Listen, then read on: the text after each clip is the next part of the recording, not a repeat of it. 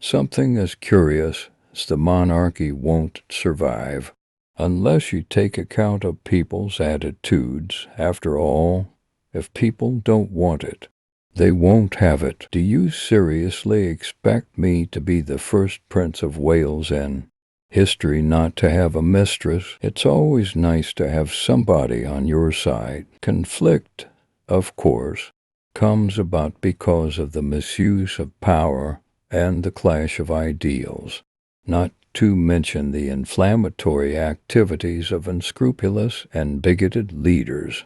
But it also rises, tragically, from an inability to understand and from the powerful emotions which, out of misunderstanding, led. It's always marvelous to have somebody who, you feel understands and wants to encourage. The whole of nature cries out at our mistreatment of her.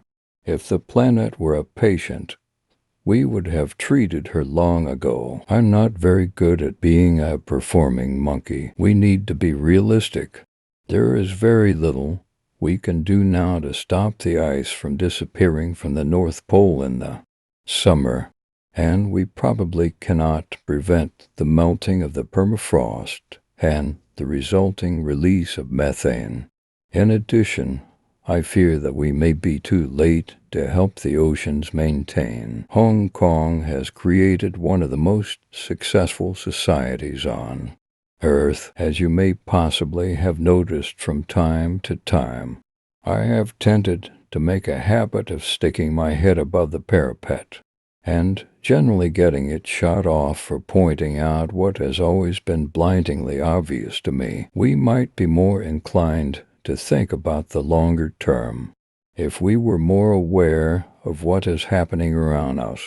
Perhaps daily weather forecast could include a few basic facts about the Earth's vital signs or details of where climate change is increasing the likelihood of damaging weather. Perhaps it has been too uncomfortable for those with vested interests to acknowledge, but we have spent the best part of the past century enthusiastically testing the world to utter destruction, not looking closely enough at the long-term impact our actions will have. I find myself born into this particular position. I'm determined to make the most of it and to do whatever I can to help, and I hope I leave things behind a little bit better than I found them. On an increasingly crowded planet, humanity faces many threats, but none is greater than climate change. It magnifies every hazard and tension of our existence. The medieval Islamic world, from Central Asia to the shores of the Atlantic, was a world where scholars and men of learning flourished.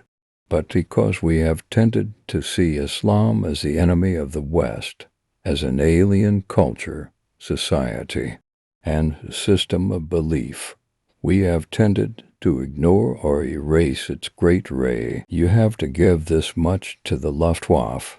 When it knocked down our buildings, it did not replace them with anything more offensive than rubble.